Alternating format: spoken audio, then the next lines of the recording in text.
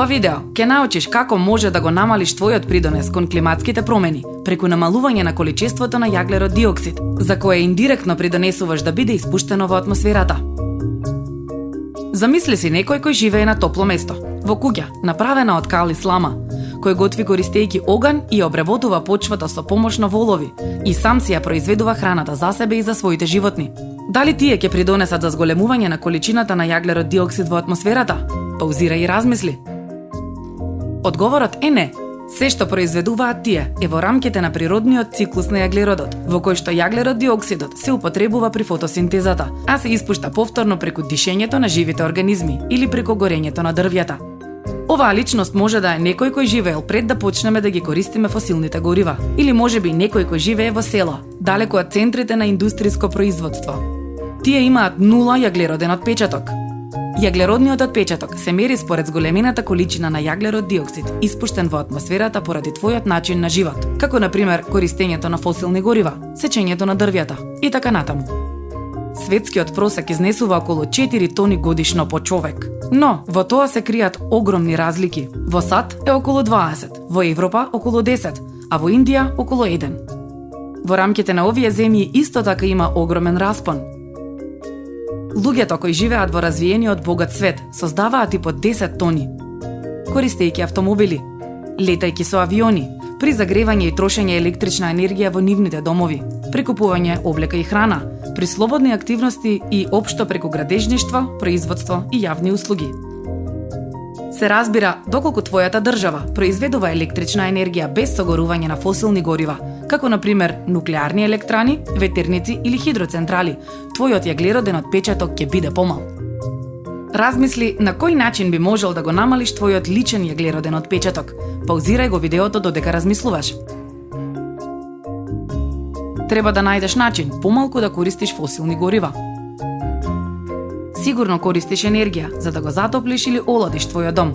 За да троши помалку енергија, покривот на твојата куќа треба да е изолиран со најмалку 40 см стаклена волна.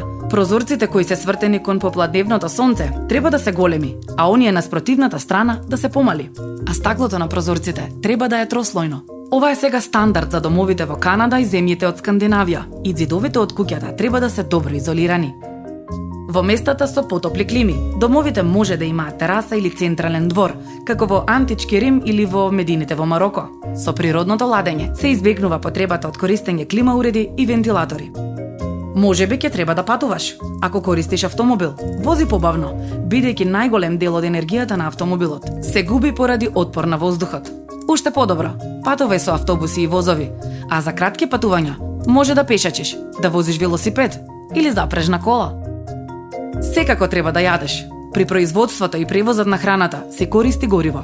Ако не си земјоделец, може да купуваш локална храна која не патувала долго за да стигне до тебе. Како и да е, главната употреба на фосилните горива во земјоделството е на фармите. Например, производството на млечни производи и овчо месо за Обединетото кралство е енергетски поефикасно ако животните се одгледуваат на Нов Зеланд, дури ако се вклучат и трошоците за превоз, бидејќи на Нов Зеланд овците пасат на богати ливади за кои не треба додатно гориво. Можеби најдобар начин за намалување на твојот јаглероден отпечаток е да не јадеш месо, особено не црвено месо. Доколку храната наменета за исхраната на животните, кој што потоа ние ги јадеме, се користи директно за исхрана на луѓето, можеме да произведеме до 10 пати повеќе храна од истата нива и со истата количина на ѓубриво. Сигурно дома користиш електрична енергија. Знаеш ли колку од енергијата што обичните светилки ја трошат, всушност произведува светлина? Паузирај и размисли. Најголемиот дел од енергијата се претвора во топлинска енергија, а помалку од 3% се претвора во светлина. Затоа, замени ги твоите светилки со нови LED светилки, кои скоро 100% од енергијата ја претвораат во светлина.